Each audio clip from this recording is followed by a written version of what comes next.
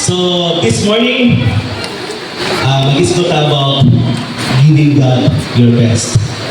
Kailan katapat ihatag ang imong labing maayon sa Diyos.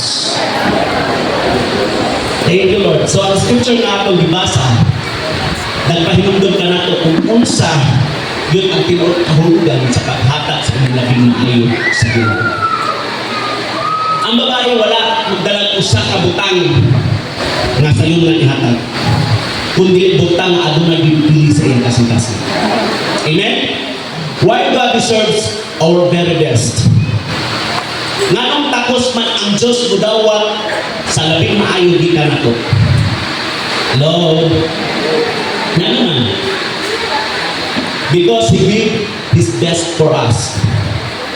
He gave us His only Son, the Lord Jesus Christ. O dito sa cross, iyang gihatag ko sa iyang tanan. His life, His blood, His love, aron kita maluwas. Amen? Bawa siya lang yun ang takos, wala nilain siya lang ang takos, mudawa sa mga binayo, dili ang kalibutan. Amen? Pagkakalakuan.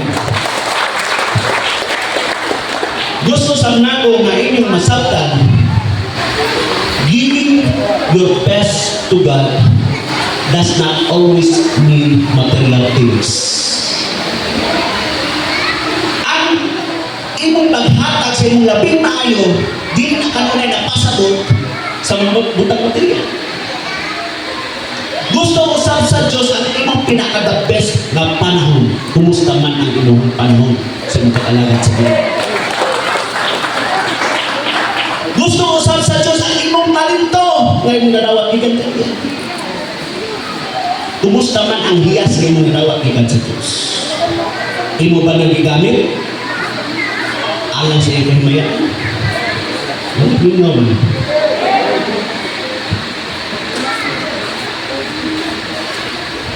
Pasigunggi ang hiyas na naanin kang pasigunggi ang Diyos. Ayaw ipanghambog kagili na imo. Iyan sa Diyos. Hallelujah. Amen? Ayaw ko na itago. Kinahanglan imo na magamit ang makasidugan ng Diyos pinaagi sa imong kinabuhi. Amen? O dapaw sa tanan, gusto sa Ginoo nga ihalad nimo imong tibuok kinabuhi. Kaya tinuod paghatag sa labing maayo nga kita nimo mao ang paghalad sa imong tibuok kinabuhi ngadto sa Diyos. Ayaw siya hatagi og salit lang nga kita nimo. Kaya ang tanan nga naami mo karon iyak ka na sa Diyos pakinan mo kinabuhi.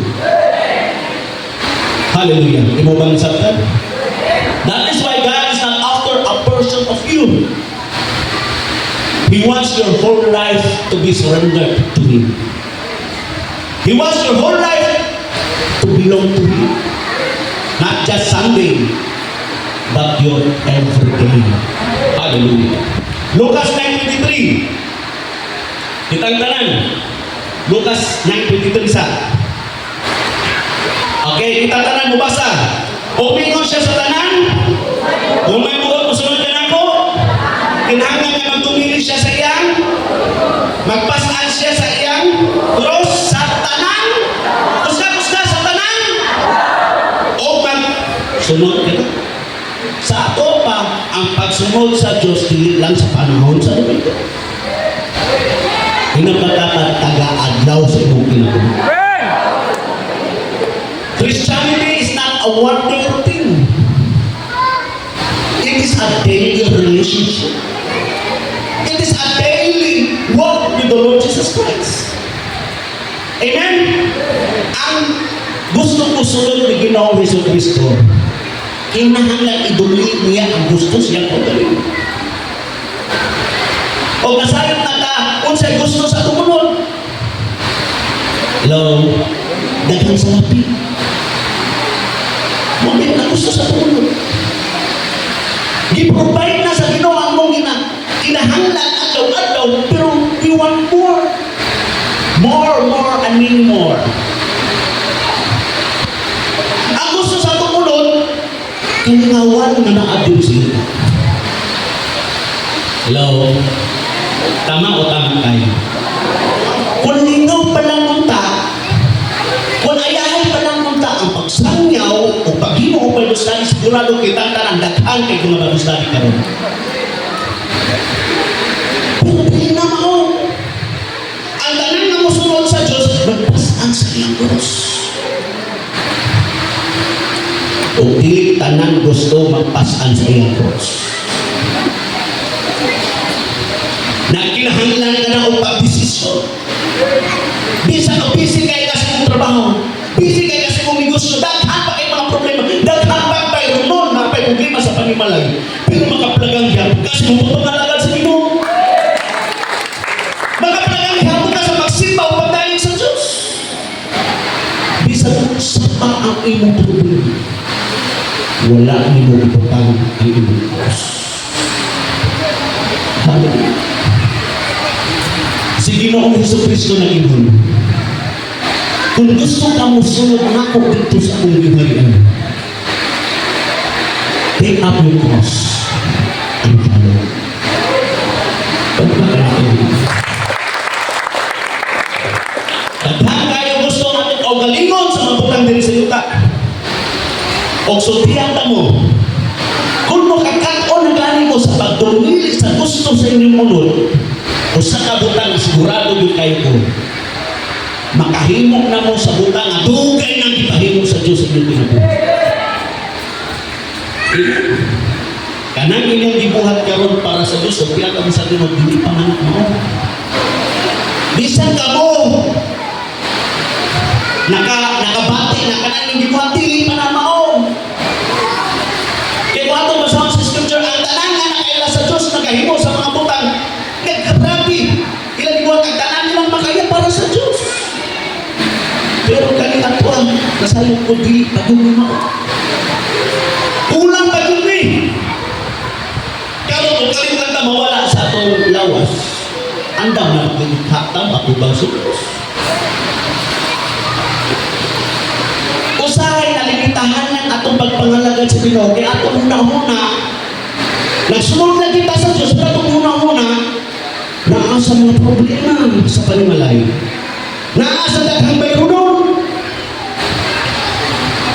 Naasa mga giginahanglan sunod sa panimalay. Mao na atong pagtuo wala kaayo malig-on. Kaya nga naman, ang atong ginahuna-huna, ang atong ginatuto, dito man sa mga problema, dito man sa kabalaka o sa kadlo.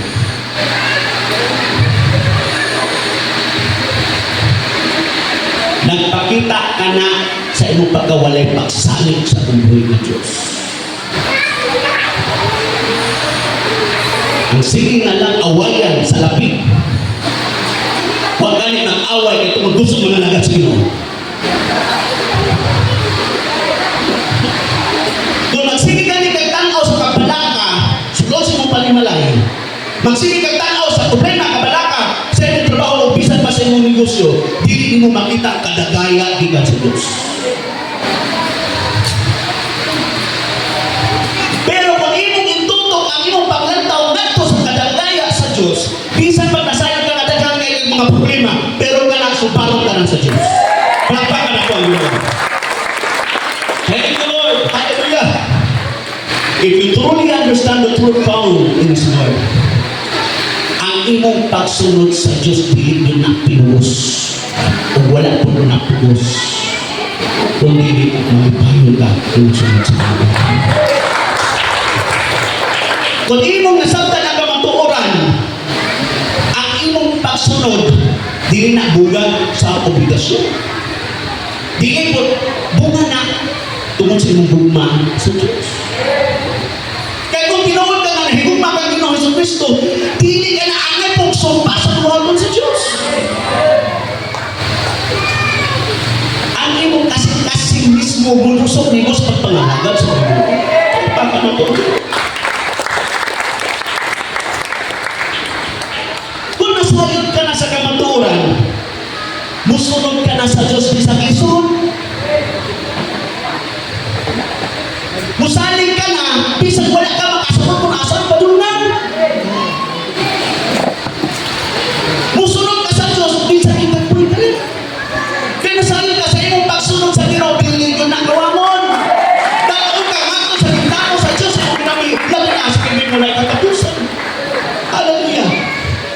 Mao na every decision, every desire, every day, ang tanan na buhaton at buhaton ang pinaka-the-best para sa Ginoo. Palakpakan nato. Thank you, Lord. Daghang mga idolon. Ang tao muhatag lang sa mga butang na sayon lang ihatag alam. Ang nahibili na lang na oras. Ang nahibili na lang ang mga panahon. Ang nahibili na lang ang puso. Huwag may lingaw o simba na lang ko. Tanawa. Kaya tungkol, walay lingaw, napugos na lang ang simba. Laay man, mag-ambon na lang ko kay laay, basitek tubagon. Sa imong tanaw mo na yung pinaka-the-best, yung gibuhat sa Ginoo. Ayaw itago ang labing maayo para lang sa mga kagalinaw, para lang sa Ginoo. Ihatag kadto sa takos ng dawat. Kung nagtubos ang luwas ng Ginoo, ang maos Ginoo sa Kristo. Thank you, Lord. Do your best for God. Give Him what costs you something. Give Him your best worship, your best obedience to God. Because He alone deserves the glory, the honor, and the praise in the name of the Lord Jesus Christ. Hallelujah. Matthew 26 verse 6. Hallelujah. Samtang dito si Jesus sa Betania, sa balay ni Simon na Santlahon, may usa ka babae nga midukol kay Jesus. Dala niya ako sa katibon nga alabastro nga puno sa mahalon kaayo nga pahumot. O gibubo niya kini sa ulo ni Jesus samtang nagkaon siya. Kani adto sa ilang panahon, ang pagduko sa lana sa ulo sa tao nagsimpulo na sa dako kaayong pagrespeto o pagpasidungog.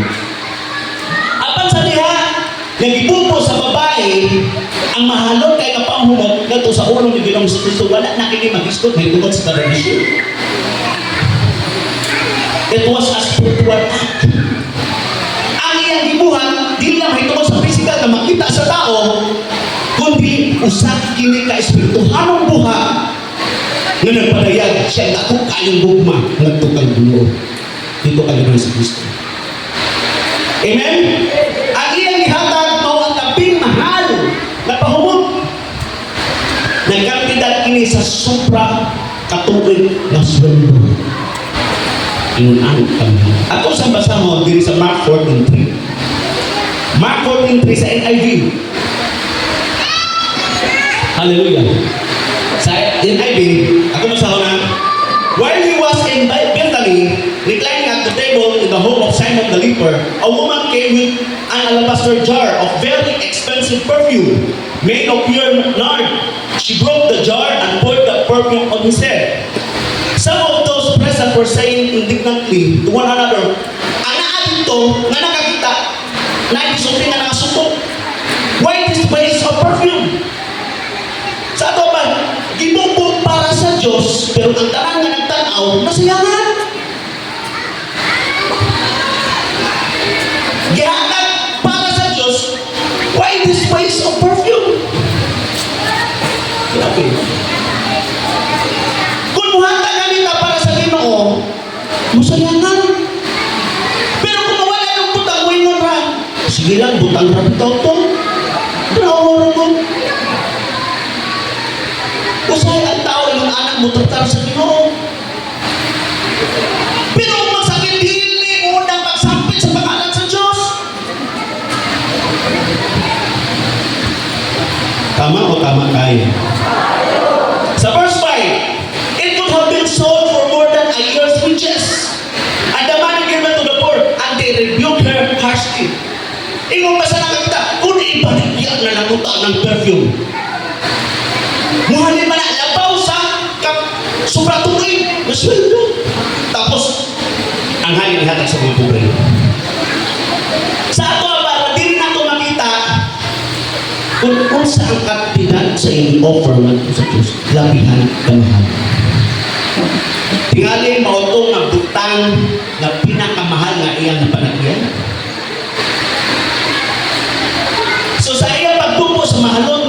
perfume, dili na siya tradisyon. Amen? O dili na po nakabahin sila kultura.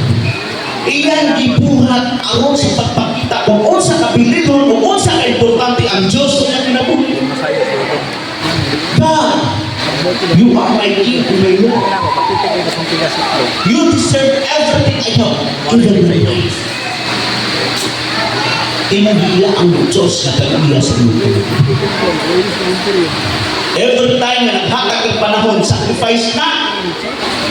Sa pagkakulakaw sa init, sa pagsagaw, sacrifice na. Diyan mo ipakita. Ngayon ito ka sa Diyos. Hallelujah. Verse 8. Sa Matthew 26, verse 8. Nagamita nili ang mga tinunan o nangasukong sila ka ng ingon. Timani ang mga tinunan. Huwag nagisuko. Ano kaya sumunod daw? Number 1, number 2, number 3. Sumul ba kaya wala silang appeal ba? Oy, pabila mo. Naapot pa yung tao. Labi na ka ng 5 kabog ka. 5 kabog. Tapos, ang usa nila tagae, di ba ang upat na sukot ng imo?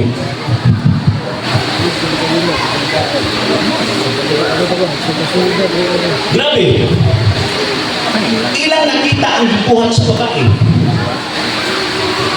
Nga gibuko ang malang mahalon nga pahumog nga ito kagin si Kristo.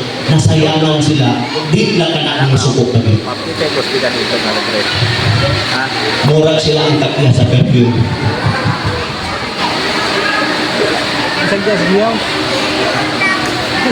Ang tao daghan yun ng ikakomentaryo. Wala pa na sila imuhat, daghan pa yun sila ng komentaryo. Kunwari, na ay tao na nagdalang doon kayo doon. Fresh, mahal. Tapos iyahan, bibigurin din. Malipang yun na nagbigurin. Pero bisan kung daghan pa ng tao, dili na tanan malipay. Nauna ra na imo nga anak ka daghan malipay wala. Naay tao masultihan na.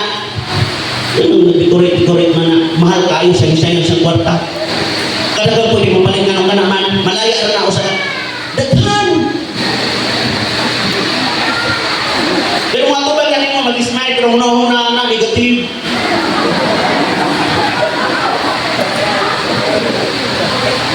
Nagtawa mo. Ano kaya nabalakas siya? Ano kaya nasuko siya? Dili man niya ang sa laki, di ko siya nagdikore. Ambot ang ubang tao, sumbiyanta mo, masuko na umuhalan ko sa Diyos. Huwag ang kasagaran kung masuko, katupong walay gala.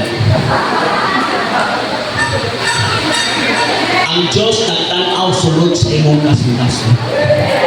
Wala siya magtanaw at mga negatibo. Ang ilang gitanaw, nasayangan sila sa gihalan sa babae, pero ang gitanaw sa babae nga ito kang Ginoong si Kristo, usa ka bahandi nga dili mabayaran sa mahal na mahal. Amen? Ang uban nagtanaw sa kamahal sa kantidad nga gihalan. Pero ang babae nagtanaw sa buhaton sa Diyos sa iyong tinutunan. Ang kaluwasan, hindi mabayaran sa naklas-klas ng bahagi, bisa pa sa mahulog na promo.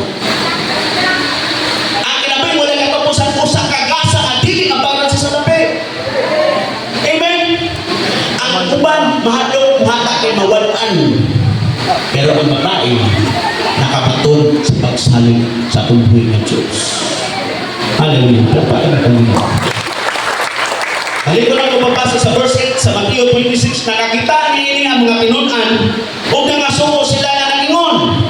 Kini pahumutan, mahimuntang ibaligyan mahal o ang halik ikahatag na to sa mga ganos. Hallelujah. Ang ilang tanaw sa gibuko na mahalon nga paubot, pag umanobot-bot, mumot, pero mawala na. Amen? Apan kung ibaligyan na lang ang takian, ako pang nagkakidad, ginansyado pa kung ihatag ito sa mga kabos. Tama ba yan na? Tama ba yan? ang ipadayon sa babae, ayaw na po magbuot. O ayaw na po kasuko. Mao nang ingon. Pagina mo, mao nang ingon. Kung sila ang naapay mahalong na perfume, sa imong tanaw, ilabak ka ang ibaligya o ihatag ang sarapin nato sa kabos. Parang mingaw man. Pero, kailangan nakita na sa ubang tao, sila ang mag-suggest. Kung yung ba yung ibaligya na lang na, kay aron pagkaputan niyo. Wala pa kalahayan sa malingon. Una, alam po, ay, mga bagoy. Kana lang, pero pag-abot na po, pag-abot na. Walang ulit hatag, kay unang naman. Daghang mga tao sa atong palibot, so pianta mo sa Panginoon, wala na makasabot sa inyong pagsakripisyo. Wala na sila makasabot sa inyong pagsimba. Amen? Ngayon pa na siya sayang ang oras nila. Simba-simba, sayaw, loob-loob, mga praise the Lord, amen, hallelujah. Wala na sila makasabot sa inyong ibuhat. Ang nakasabot lang ang Diyos na tanaw sa inyo. Kung ang tanan mo matubang sa Ginoo, sila usap na wala makasabot matubang sa Ginoo, o dito magkakagubusan. Hallelujah. Sa verse 10, sa Matthew 26, nasayon si Jesus sa ilang isulti o mingon siya kanila. Nganong sa mumurman ninyo kining babae? Maayo ang iyang himong anak ko. Usahay, abibayan na to ang tanan na komentaryo, tama? Ang Diyos mismo ang nagingon, nganong sa mumurman ninyo kining babae? She has done a beautiful thing to me. Pasagti siya. Amo, kung maghimo gani ka o mga butang na mahimukot ang Ginoo, naagin na po yung musambong mo. Nakabantay mo. Grabe mo pagsakripisyo, grabe mo paghilap, pero napag yung musambong mo. Ang pinakapalit pag yung katupad yung tao na nakailan sa Diyos. Katupad yung tao na nasunod na sa Ginoo. Mo na nga ayaw tugukin ang opinion sa ubang tao makatugog sa iyong paghalag sa iyong pinakabis para sa Diyos. Hindi ka dapat ayaw tugukin. Nainindot kayo diri. Next picture. Masayon ba mo kung sige sa akong ng mutana naging paligyan na lang na ako makasapit pa makihatag dito sa matuboy? Ha? Kung si Judas! Kung sa'yo buhaton sa maghalag, hala na ikinagyan ni Judas. Ako sa basahod rin doon. Pero mo, makita niyo ang pagsunod ni Judas, ang Ginoo sa Kristo, dili yun tinuod sa pulo. Ang iyang pagsunod sa napi. Siguraduhan ninyo ang inyong pagsimba sa pagpangalagad sa Ginoo, ayaw mo pagkapasok sa napi. Mas kinaghan mo sa lapi, hindi na makaluwas o bubiyan na mo diri sa lupa. Amen? Sinutas sa lapi, nagukay gani, sige nung si Kristo iyapag baligyan. Grabe. Kung walay sa lapi, hindi mo simba. Muna kinaiyan Judas. Wala na dre. Ato malisagtan. John 12:4. Juan 12:4. Unya sa mga tinunan ni Jesus na si Judas Iscariote, ang magbuti kaniyang ingon, nganong wala man hinuon ibaligya kini mapahumot og 300 ka denaryo aron ang halin ihatag ato sa mga kabos. Kana siya komentaryo lang na pero lain ang nasa utok. Sa 6, gisulti na kini dili tungod kay naluoy siya sa mga kabos. Kung sa daw kung dili tungod kay mao na ang mga komentaryo sa mga kawatan. Mura nagpagkamaayo, pero una-una, nagpagkabibugyo. Siya nang kung mao'y piyalan sa puntel, sa kasudlanan, sa kwarta, o nabatasan niya ang pangawkaw ini. Apan sa Jesus Pingon, pasakti siya o ayaw, idili kaniya ang pagtaganan ni ini alang sa agaw sa pagbubog kanako. Ang mga kabos kanunay yung kauban, apan ako dili kanunay uban. Kaya si Ginoong Hesus Kristo, naapa man siyang lawas. Kauban pa Manila. Pero pabot ang panahon, na ihalad siya dito sa cross, dili na siya makauban sa mga disipulo. Balik sa Mateo 26:11. Mateo 26:11. Ang mga kabos, kanunay ninyong ikauban, apan ako dili. So, diri nga versikulo, si Ginoong Hesus Kristo miingon na dito sa iyang mga tinuan na nagsaway sa usa ka babae, nagsaway sa iguan sa babae. Musulti na yun si Ginoong Hesus Kristo. Nagpasantis siya. Amen? Gi-remind nila, agibiran sa Diyos ang mga tinuan. Kita usap gi-remind sa Ginoo. Nga ang pag-atiman sa mga kabos, importante. Pero daghang panahon anang nila. Amen? Pero sa samang ingon ano nga panagtapok ang pagsimba, ang pag-worship, ang pagdali, labi na sa pagsayo sa atong pinaka-the best, will not always be available. Duha ka oras, bitsa oras lang, taga-Sunday pa yun. Ang pagtuon na to sa mga kabos, perminti na unya, mga doon na dito, isang yaw na to ang mga balita. Kinsa may bumulo.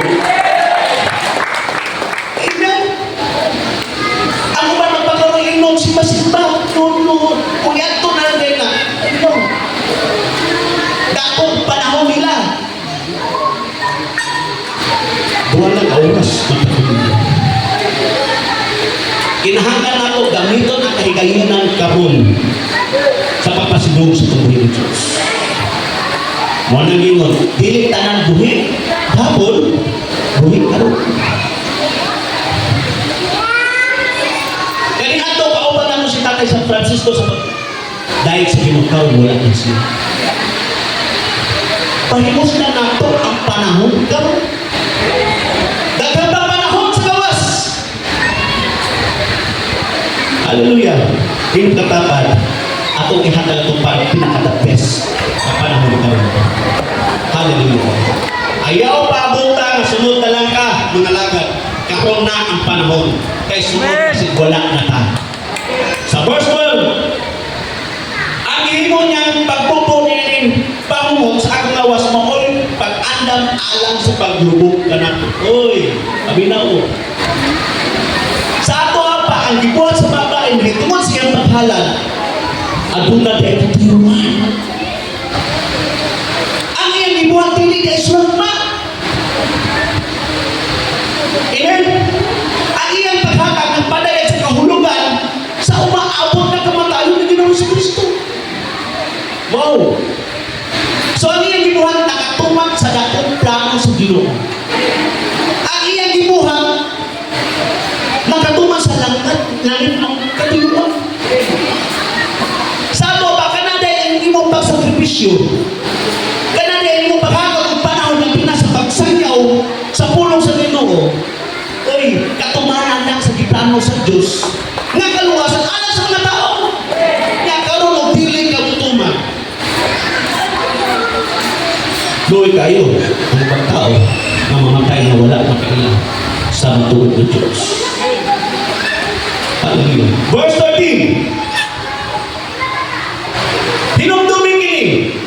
Bisan asa iwanin kini maayong balita sa tibong kalibutan. Ang nahimong nining babae isugilo kayo alang sa iyang hanumanan. Wow, this tells us something powerful. The woman saw the Lord Jesus Christ for the first time. Una pa lang nilang himamak, pero ang pagtuo sa babae, buwan ko sa kababae. Nabisan pa lang itong mga tao na tugay na sa Ginoo, wala pa matuwa. Hallelujah! Daghang itawag ng mga Kristohanong kuno. Apat ang tinuod, wala pa sila makasabot silang pagsunod sa Diyos. Amen? Dugay na sila sa pagpangalagad, pero wala pa silang makasabot. Mao gamay problema, mawala dayon sila pagpangalagad sa Ginoo. Makita sa simbahan, sa worship. Pero ilang hunahuna, wala sa pagsimba. Sa iyo na kayo ang pagsyakin sa Ginoo, Lord, I love you, Lord. Pero ang kasing-kasing puno sa kayong puso sa kasuto. Walang lingaw. Sa iyo na kayo mag-post o versikulo sa social media, pero wala man kinabuhi sa follow ng inyong post. Wala siya makasabot siya pagsunod sa Diyos. Ilang katapat ikaw na pasabot ng Panginoon. Church, being a Christian is more than just a name.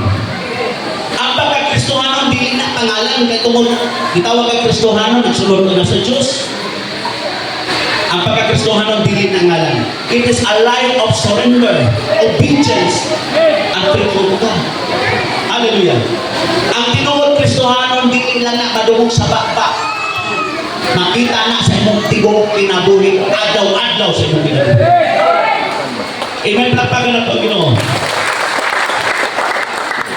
Isa itong gingo sa Diyos, ang istorya sa babae may tungod sa iyang gituha, mahinumduman sa matagdapit diin itudlo ang maayong balita.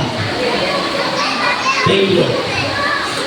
Ang iyang yano ang gibuhat alang sa Diyos, kabahin sa Evangelyo sa Ginoo. Isang lang sa matag churches, isulat sa Biblia, aron mahinumduman sa tanang kalumatan.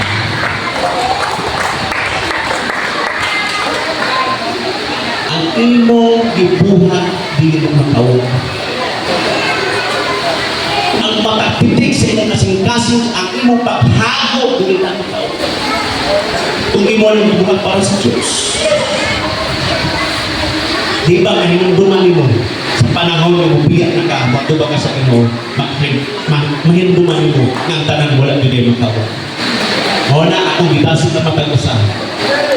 Kaya kinahangan ato yung ihatag atong pinakadapis sa pagpapangalagad sa Diyos. Mientras di umpa mong lawas, higayon yung Ginoo sa pinakadapis sa imong Panginoon. Amen? Panitamutig yun, anaagyo mo sa pagsimba.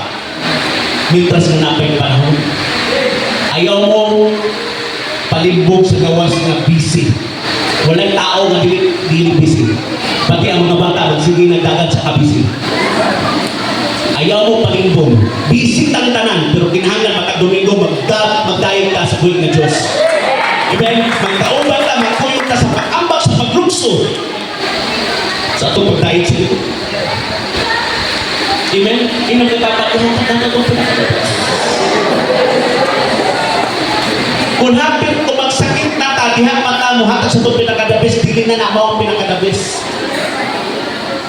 Kung sa pamay mo mahatag, na nanakay ibati, wala na, salin na lang na sa mong kinabuhi, lungkoy ka iya ng kinabuhi. Ato ba nasabta ng tulong sa inyo? Andang na baka mahatag sa mong pinakadabi sa mong kinabuhi. Andang na baka ihatag mong pinakadabi sa panahon alang sa Diyos. Kung yan yung pag-usa sa pagpilo. Hallelujah. Ato ba sa atong katahon ko, Pastor John, ato ang daigod ng Diyos sa atong pinakadabis. Amen. Ihatag na to ang tanan na naan na to. Pati ang atong tibok kinabuhi atong ihatag sa Ginoo. Amen. Ipataas na to itong kamot. Pasalamat kay Ginoo. Thank you, Lord. Lord, salamat sa iyong tulong. Salamat, Lord. Lord, salamat kay imong gibong itutuhan sa pagkinabuhi, sa pag-offer o Diyos sa akong tibok kinabuhi at Ginoo. Lord, nasayon ako, Diyos, na wala ako'y mabuhat kung wala ka. Amen. Salamat o Diyos, kay mong taga o meaning akong kinabuhi. Kaya kung wala ka pa o Diyos, ang buhat ang asa ko karon. Ako gaya nga matapos sa Panginoon. Ihalag na to atong kinabuhi sa Ginoo. I-priority na to ang iyang buluhaton.